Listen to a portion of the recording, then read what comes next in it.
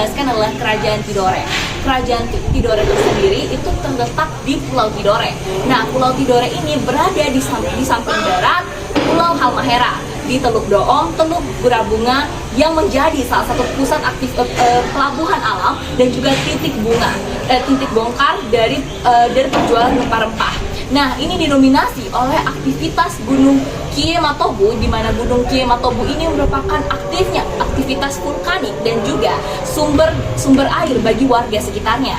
Lalu tentang kehidupan politik pemerintahannya, raja di masa keemasan dari Kerajaan Tidore itu sendiri adalah Raja atau Sultan Nukum, di mana Sultan Nukum berhasil menyatukan Kerajaan Tidore dan juga Kerajaan Ternate untuk melawan sekutu Belanda.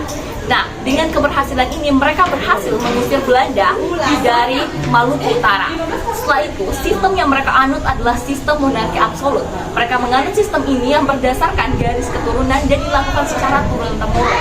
Nah, lalu mereka memiliki keberhasilan, yaitu berhasil bekerja sama dengan bangsa Spanyol untuk melawan sekutu Portugis dan Ternate yang bersekutu dengan Belanda, sehingga dapat meraih kemenangan. Lalu yang saya akan jelaskan adalah kehidupan sosial budaya.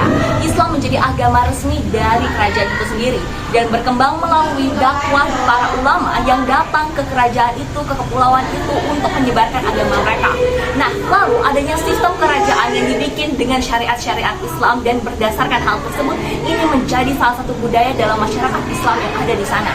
Lalu kekuatan armada perahu prinsip ini menciptakan mobilitas penyebaran agama Islam yang semakin meningkat melalui sosial. Ada banyak pedagang yang datang dan juga banyak sekali pasukan kerajaan yang saling tukar budaya dengan budaya-budaya dari kerajaan Ternate yang juga merupakan kerajaan Islam, sehingga dengan adanya hal ini agama Islam menjadi agama yang resmi di Kerajaan Tidore. Adapun perekonomian dari Kerajaan Tidore sendiri yaitu perdagangan di rempah-rempah. Rempah-rempah yang utama di situ yaitu cengkeh dan pala. Selain perdagangan itu ada juga perikanan, pembuatan kapal dan pertanian. Dan Kerajaan Tidore menjalin hubungan yang baik oleh bangsa-bangsa Asia dan Eropa. Adapun yaitu benteng yang menjadi saksi bisu masa kolonial, yaitu benteng Tahula yang dibangun oleh Spanyol untuk mengawasi wilayah Tidore. Selanjutnya yaitu makam para sultan Tidore yang menjadi bagian dari sejarah dan budaya. Selanjutnya yaitu pengaruh Islam yang masih ada sampai kehidupan masyarakat Tidore sampai saat ini, dan tradisi upacara adat yang masih dilestarikan. Selanjutnya yaitu pelajaran yang dapat saya ambil dari Kerajaan Tidore sendiri yang untuk kita amalkan untuk masa depan, yaitu yang pertama, potensi sumber daya alam. Kejayaan Tidore, kita ketahui bahwa Tidore memiliki kejayaan di sumber rempah-rempah sendiri. Yang kedua yaitu lokasi strategis. Letak Tidore yang strategis sebagai pusat perdagangan rempah menarik interaksi dengan berbagai bangsa. Ini menunjukkan bahwa pentingnya memanfaatkan letak strategis untuk kemajuan bersama. Nah, selanjutnya adalah Kerajaan Bacan. Kerajaan Bacan ini terletak di Kepulauan Bacan, Maluku Utara. Kerajaan ini wilayahnya sangat strategis karena berada di pusat perdagangan rempah-rempah dan juga bertetanggaan dengan pulau lain seperti Pulau Tidore dan Pulau Halmahera. Untuk sistem politik dan pemerintahannya, kerajaan ini berjaya pada masa abad 15 hingga abad 16 dan dipimpin oleh sultan ataupun raja. Nah, raja dari Kerajaan Bacan ini memiliki hubungan diplomatik dengan kerajaan lain seperti Kerajaan Tidore dan Kerajaan Ternate. Bahkan diplomatik dengan bangsa Eropa dan juga bangsa Belanda. Nah, selanjutnya adalah sistem sosial budaya. Nah, di sana itu masyarakatnya sangat hidup rukun dan aman. Di sana itu budayanya itu terpengaruhi oleh Islam. Keseniannya seperti tari tradisional, musik, dan juga adat istiadat seperti pernikahan dan ada yang meninggal. Mereka memiliki nilai-nilai agama yang tinggi. Kemudian bahasa di sana adalah bahasa campuran dari bahasa lokal dan juga bahasa luar seperti Melayu. Lanjut adalah ekonomi. Ekonomi di sana bertumpu pada rempah-rempah, terutama rempah cengkih. Karena mereka ini di jalur perdagangan, sehingga banyaknya bangsa lain seperti bangsa Cina, Arab, dan Eropa yang berdagang di sana. Kemudian juga bukan hanya rempah-rempah saja, ada yang memancing, ada juga yang bertani dan juga melakukan kerajinan tangan. Peninggalan yang bisa kita temui hingga saat ini ada masjid tua yang terletak di Pulau Bacang. Nah, selanjutnya itu apa saja sih yang kita bisa ambil dari Kerajaan Bacang? Tentunya kita itu harus memiliki nilai-nilai toleransi dan juga kita harus terus mempertahankan budaya-budaya kita agar kita bisa lestarikan ke anak cucu. Oke, selanjutnya adalah Kerajaan Jailolo. Lokasi Kerajaan Jailolo ini terletak di bagian barat wilayah Kepulauan Halmahera, Maluku Utara, yang dimana tempatnya strategis sebagai tempat jalur perdagangan rempah-rempah yang menjadikannya Kerajaan Jailolo sebagai pusat penting bagi perdagangan rempah-rempah. Habis itu ada kehidupan politik dan pemerintahannya.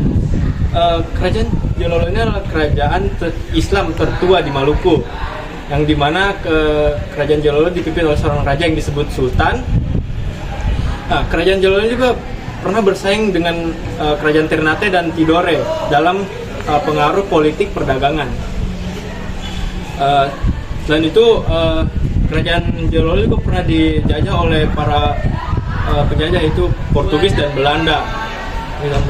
Namun mereka melakukan perlawanan kembali.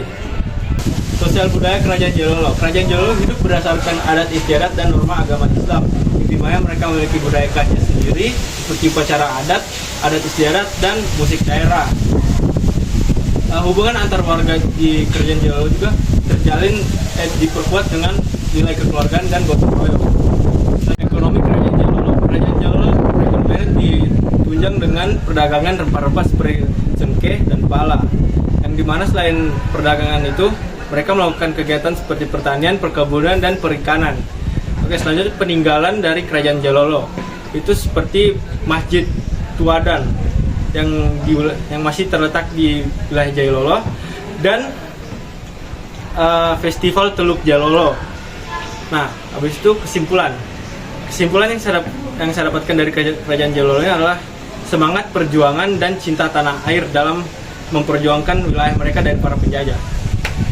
Selanjutnya, Kerajaan Kesultanan Ternate.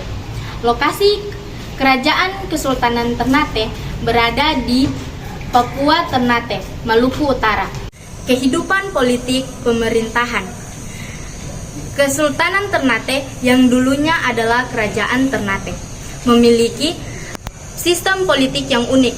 Awalnya dipimpin oleh para Momole, berganti menjadi Kolano sebagai raja, dan kemudian menjadi Kesultanan Islam setelah diadopsi. Kehidupan sosial budaya. Masyarakat Ternate memiliki tradisi dan adat yang kuat dengan mempengaruhi Islam yang besar. Ekonomi. Kesultanan Ternate memiliki ekonomi yang kuat berdasarkan perdagangan rempah-rempah, terutama cengkeh. Peninggalan yang masih bisa kita jumpai hingga saat ini. Keraton Kesultanan Ternate, Masjid Sultan Ternate, Makam Sultan Babulo, Banten, Toluko.